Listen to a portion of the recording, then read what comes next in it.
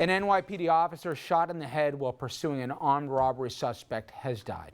Officer Randolph Holder and his partners responded to the calls of gunfire in East Harlem, then chased the suspects to a footpath along the FDR. Holder, he was shot during a gunfight and later died at Harlem Hospital. This is a very moving scene outside that hospital where dozens of Holder's fellow officers stood outside and saluted the ambulance carrying their fallen comrade. Now, take a listen to what Police Commissioner William Bratton had to say in part about this tragedy. His father was a police officer in Guyana, and his grandfather was also a police officer in Guyana. So 3 generations of police in this family, and now the latest generation served here with us in the New York City Police Department. And tonight did what every other officer in the NYPD does. When the call comes, he ran toward danger.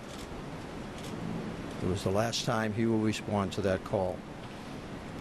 And on behalf of the 35,000 men and women of this department, police officers, and our 17,000 civilians, I extend our deepest condolences to his family, and especially to his father. Holder, the 4th NYPD cop killed on duty in the past 11 months. Officers Wenjin Liu and Rafael Ramos, they were murdered in Brooklyn last December, and Officer Brian Moore gunned down in Queens just this spring. I want to bring in Darren Porcher. He joins the panel. He is a retired NYPD lieutenant, and you've been to these funerals, probably too many than you care to remember. I can only imagine what it's like, as Bratton said, for the 35,000 plus cops, retired police officers, and families of police officers. We were seeing too many of these kind of stories. Too many. We look at this is the 4th line of duty death for an NYPD officer in an 11-month time frame. It just tends to wear on officers in the street as you see these things occur. And one of the things that you learn is once you first become a cop, you swear, you take the oath that you will defend the city. However, this is something that you don't prepare for. You really don't. And this just really resonates in such a negative way within all members of the NYPD with these types of instances. You, as I said, you've been to a lot of funerals, but one of them was particularly touching for you. And that was an incident a lot of people may remember in 2003. You lost colleagues, Rodney Andrews and James Nemerin, who were both detectives, and they were both killed in an execution-style shooting in 2003. They were undercover in a gun buy. You knew Nemerin, right? Yes. You know, it's a terrible situation. I remember him. We had a cadet corps in the police department. He was a cadet. And we actually went to John Jay together, but really, really nice guy. But just going back to the situation, this was an undercover buy. They were executed, like you mentioned, out in Staten Island. And it's just kind of, you go numb when these types of incidents happen. Whether it's if you know someone or it's another officer that you don't know, it's a family of blue and everyone bleeds the same. And this is a terrible, terrible instance. And this is something that is resonating with members of the NYPD in a very negative way. To that end, we knew how raw the emotions were, especially after Liu and Ramos were killed, and just how tense there was and the anger on that. Describe, because you got a lot of friends still on the force here, describe the mood. Is it resignation, or is there also, you know, just an anger of what's going out there, and also they got to go home every night. I mean, you talk about this. You go home, you see the wife, you see the girlfriend, you see, you know, the parents or whatever. They're asking the questions of what's going out on the streets right now. Make sure you come home tomorrow night. Talk about the dialogue, because at the end, cops are human beings, you know, and whether it's the cop, husband or wife coming home, they got to have those conversations. Well, it's in 2 components. You have a somber mood, and then you have a mood of anger from members of the service, meaning police departments. And then also you have police that are being pulled by various factions of the family, such as the children, their family members, their external family members. They see this clearly, and they have a true feel for their loved ones, and they want them to be safe. And so you have the officer that's in the middle of this, in many instances is being drawn in different directions. Should I retire? Should I stay as a member of the service, etc.? But what it does do is it does increase vigilance. And so the officers that are on patrol today moving forward, I hate to say this, I hope that this is going to be the last line of duty death, but I hate to say that it's not going to be. But this is something that all police officers know, they experience it, and there's an expectation for this, and they do the best that they can to guide through the forest accordingly. You knew this precinct where this officer I Holder worked in was Harlem. killed. Yes, I worked in Harlem. I worked in that area, PSA 5, for a period of time years ago. That East River, the East River Houses neighborhood, and it's a neighborhood that the crime rate is very high in that neighborhood, to say the least. But I will say this much: the average person that lives in that neighborhood are good people, good law-abiding citizens. However, you have a small component of people that live in that neighborhood that create a bunch of chaotic situations, etc. Officers, housing officers in particular, they do something that's referred to as vertical patrols, where they go up to the top of a building and they walk down. Very dangerous job. On the Kai Gurley case in Brooklyn, you know, it's a dangerous and that was an unfortunate aberration. But it's a very difficult job working as an officer in the housing projects. Walking through these dark stairwells, you don't know who's going to come out. But when we look at this situation right here in terms of what happened with the officer, he was gunned down. This was a very valiant effort by a 5-year veteran.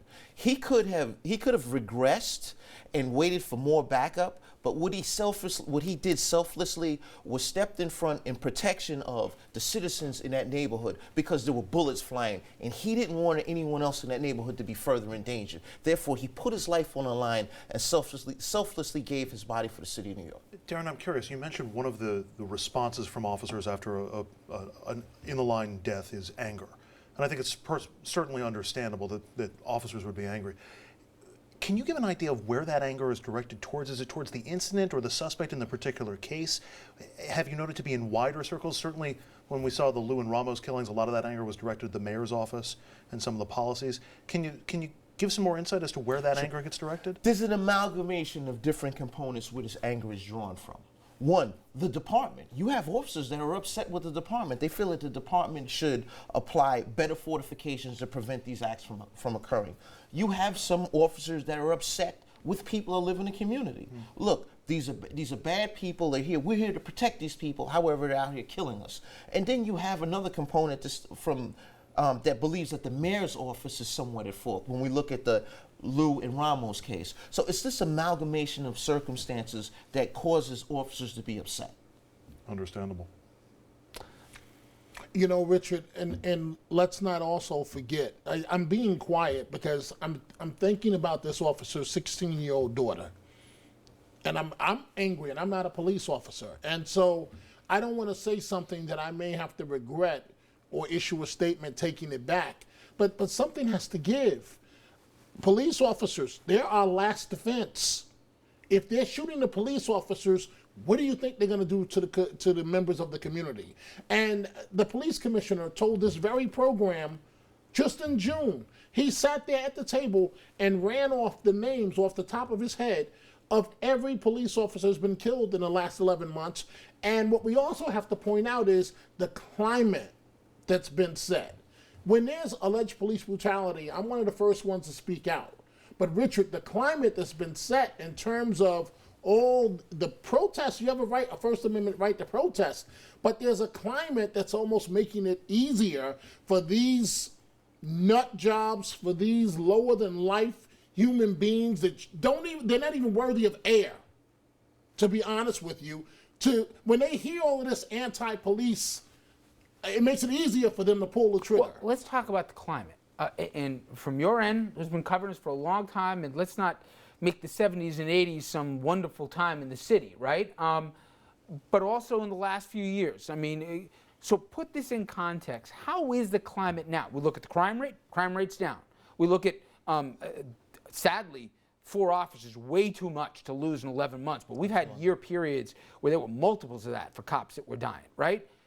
What is it right now versus last year, 10 years ago, 20 years ago? Give us an idea as a point of reference. It's really easy. What's happening now is with video, it now sensationalizes police misconduct. Every week we watch television and we see an officer that committed to an act of misconduct based on either a body camera or a camera phone. So once these videos come out, they go viral.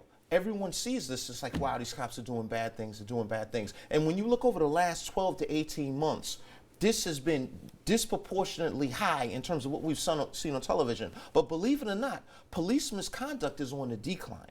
So the average person sees this and says, wow, these cops are doing horrible things out there. Out of control. And it gains a series of followers, and this anti-police sentiment tends to grow and keeps growing and growing and growing. But like Dominic mentioned, police are our first line of defense. And we need to understand and respect that police are our first line of defense. Like Dominic mentioned, if this person killed a police officer, what would they do to us? But do you think those videos and the police abuse cases that we've seen have made it more likely that somebody, like in the position last night, would turn a gun on a police officer? Do you think it's really made police officers more of a target? Well, first of all, people have the right to produce video. Mm-hmm. In the wave of innovation that we're in, we get videoed roughly 100 to 200 times a day. That's not going to change. However, when we look at what happened with officers Lou and Ramos, it was specifically stated that this individual was upset due to what happened with the Eric Garner case, etc. That was a nut job. Correct. And these people that do this, and these people that commit to these types of acts based on whatever they saw on a video are nut jobs, and we need to classify them accordingly. But I just mentioned that in terms of where the anti-police sentiment is coming from, because it becomes more sensationalized when we see it on video. You know, the one thing I think is sometimes people will look at a certain walk of life, and in this case, men and women in blue, and they don't sometimes think that they go home, right? And they don't think, as you said, that there was a 16-year-old kid who no longer has a dad anymore. Or there's a widow out there who no longer has a husband, or somebody will lose a wife in the line of duty, whatever the case may be. And I think all of us, you can't excuse misconduct, you can't excuse abuse. I think it's been an important dialogue in this country that we've had in the last year, and certainly going to have flashpoints like in Baltimore coming up soon. Certainly we saw what happened in Missouri. We saw what happened in Staten Island. We're going to see what's happening in Brooklyn. All those things, you don't excuse it, but I do think sometimes there is an expectation of law enforcement and also kind of a collective amnesia that they are, at the end of the day, regular people, that sometimes gets lost in the dialogue. And it's no one person to blame. I think it's part of it here. But it just, you saw the story, and it just, you know, the guy did everything right, and he's not going home. And we didn't even talk about the guns element to this, because that's the one other commonality. It's got the same common thread through all this. What's in common? Some crazy person, some bad guy with a gun, right? But we don't have time for that. But Darren, I certainly do appreciate you making time for us today. And Thanks for having me.